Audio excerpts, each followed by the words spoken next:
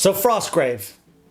I have managed to thus far avoid the hype of Frostgrave and not get involved with it. It has been going now for about 10 years, and even 10 years ago people were coming into the store when I worked in Games Workshop telling me about this amazing game and telling me I should get involved with it.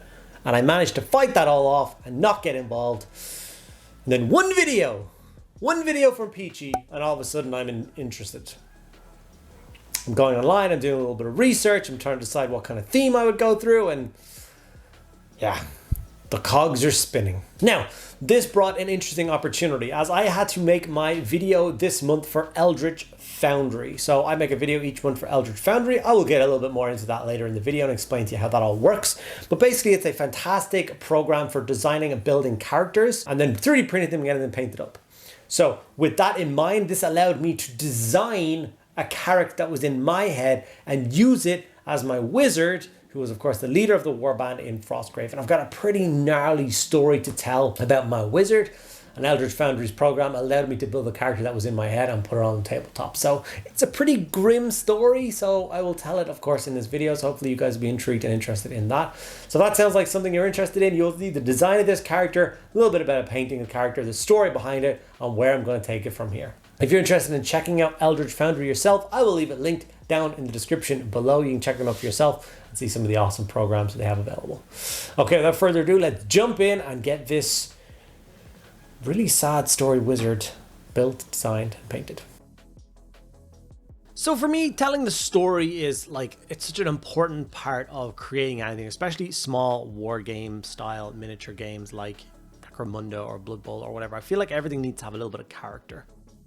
But my brain isn't always like straight away figuring those things out. I do like to discover them as I go. So for instance, when I logged into this and started creating a character, I didn't really know what I was going for. I was going to go through the parts and see what jumped out at me.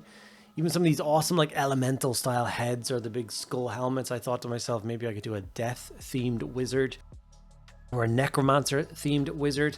And then I saw the standard robes, the hooded robes, and I was like, okay, they're quite cool. I like the tattered robes. And then I saw this neck piece.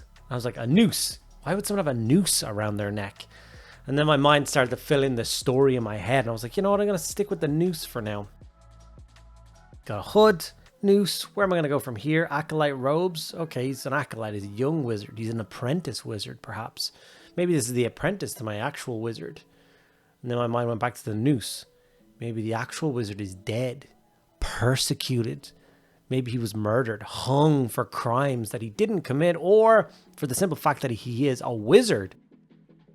And then all of a sudden, my mind started reeling and tying this whole story in my head of the purpose of this acolyte. This guy worshipped this wizard. He followed him around for years, learning his craft, learning his trade, on the cusp of becoming a full-fledged wizard himself. And then his master was hanged. Therefore, he took a vow. He wears the noose that unfortunately ended his master's life. And decided that he would seek power in the Frost City. That's what he's going to construct his warband for. He's going to collect followers. He's going to collect fighters and barbarians and all the sorts of horrible things that society would generally tend to shy away from. And his whole purpose is to go into this city to get as much power and control as he can, so he can come back out and seek revenge for the death of his wizard lord. And as soon as that story started to tell itself in my head, I was like, oh, this is cool. You know, I started to get excited. What are the guys going to look like? How many guys are going to be in the warband? What color scheme am I going to go for? And as this, obviously using the Eldritch Foundry program allows me to, like I said, construct that wizard in my head, I'm going to give him a Gandalf style staff. Gonna have a crystal on the top of it. He's gonna have elementalism in his other hand. I like the idea of fire. Perhaps there was a great fire in a town and they blamed the wizards for it. It had nothing to do with those, or maybe they didn't have the power to stop an already blazing fire, thinking that they had chosen not to help as opposed to the fact that they couldn't help, which led to them blaming the wizard lord and having him hanged. Obviously we go into the pose section after I've put an elemental bit of fire into his hand, which I think it awesomely sets the tone of the wizard. And then trying to pick whether he's going to be strutting around or whether he's going to be trying to cast his spell or defend himself. Or there's so many epic poses. This one nearly made the cut. It's very aggressive. This one's more defensive. I do like the look of it though.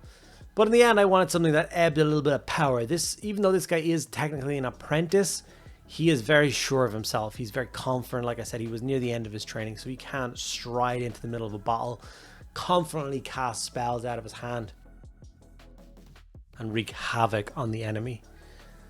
And I think for anyone who is interested in the likes of miniature agnostic games, programs like these I think really are the way of the future. I'm not one for keeping bits. I don't have big bits collections.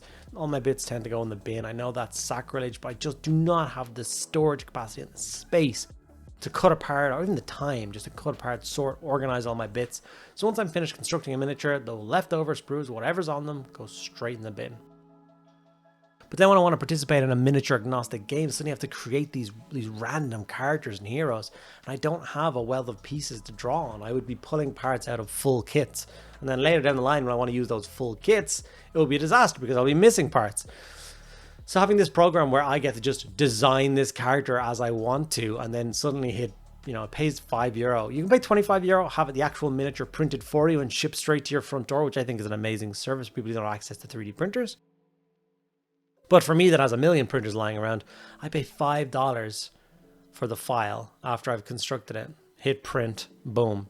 I have this miniature 2 hours later ready to paint. Like, this didn't exist even in concept 2 hours ago, and now it's a miniature that I'm painting. I think that's just insane. And like I said, loads of miniature agnostic games out there require you to have warbands and characters, and like I have this guy saved. So if I progress forward in the Frostgrave series and maybe this guy earns himself some extra power, maybe he loses his staff, maybe he gains a new thing, maybe he gains a magical sword, maybe he gains any of those other bits and pieces. Well, I can just go back into that program and add the sword to it, change his staff, change the fire in his hand to be something else. Give him a wound. Did he lose a leg? There's amputee options in there for getting rid of an arm or a leg, adding a peg leg or whatever. You can really just play into that whole aesthetic, and as a campaign and a story drives forward, we can represent that properly on the battlefield, which I think is really cool. Obviously this acolyte apprentice, and obviously the game you need a wizard to play, so he'll actually in rules terms be used as the wizard for my warband, and I will not have an apprentice, even though that's generally frowned upon apparently, but I'm probably going to do that anyway, and then make up the rest of his warband using the Eldritch Foundry. I can have this real ragtag collection of miniatures.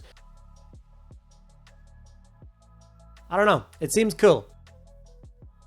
Frostgrave, like I said, wasn't something I had intended to have a look at, but obviously Peachy's video, 56 minutes of it, had drawn me in and gave me a better understanding of what the game was based around and what creating warbands was like, and it piqued my interest. And then when the option came up to do a video for Eldritch Foundry, those two ideas kind of collided and allowed me to create this video where it's me taking the concept of something in my mind, creating it as a character, and then painting it, printing it and painting it, putting it on a tabletop. So that was a lot of fun. It's a very interesting thing. Frostgrave's obviously been going for quite a long time. The only thing that really held me back from getting interested in it was actually the setting. I'm not a big fan of like frozen iced cities. The Ghost Archipelago's version of the game, based on like Caribbean islands and like, you know, little boats and kind of like piratey theme more, that screams at me. So perhaps I will take a look at that more than I will take a look at Frostgrave. Maybe I will start creating some characters from Eldritch Foundries next month with the idea of doing them for the Ghost Archipelago game. That's something that would definitely draw me in. Have the idea of having, you know, ship combats and even just small skirmish games taking place on the deck of boats, I think would be super cool and really engaging. Let me know what you guys think about this kind of concept. If you do miniature agnostic games, do you sometimes struggle to find the parts that you need? Have you ever looked at or thought about using programs like this to create those kind of bespoke characters that you need to represent your character on the battlefield? Would you consider jumping onto the Eldritch Foundry website, creating some characters? You can create characters for free. You can play around with the program for as long as you want, and then if you finally design something that you really like, then boom, then you decide to pay and have a go of it. So if you guys just want to even check it out and designing some characters yourself, use the link down below to go to the website, check it out for yourself, and see if you can make some awesome characters. Someone that could represent an awesome leader of a warband for any miniature agnostic game, or any game. Even some Necromunda characters would be awesome to create. Mordheim, design for Mordheim, I'm telling you, incredible. Loads of different races to choose from, and yeah, it's always a fun thing to do. Like, you know, painting a Space Marine is painting a Space Marine, but when I do an Eldritch Foundry video, I have no idea what I'm going to create or what I'm going to be painting. So yeah, here's a couple of still images of what he might look like in the setting of Frostgrave. I think he works. I think it's a very simple paint job that for a very cool miniature. Easy to replicate across an entire warband. And then begin my journey of looking for power and seeking revenge in the depths of that hollowed city. Seems like fun to me. And there we have it. My apprentice Theobald, who I'll actually use, of course, as the actual wizard for my warband. But the story goes, as you now know, that he is the apprentice. And he's here to avenge his master. So now all I have to do is design a warband to go around this guy. I think Eldritch Foundry will once again jump in and help me with that. I'll design all the thugs or freeloaders or whatever kind of character I want to fight alongside this guy, breaking into the city of Frostgrave to claim power and get revenge for his master's death.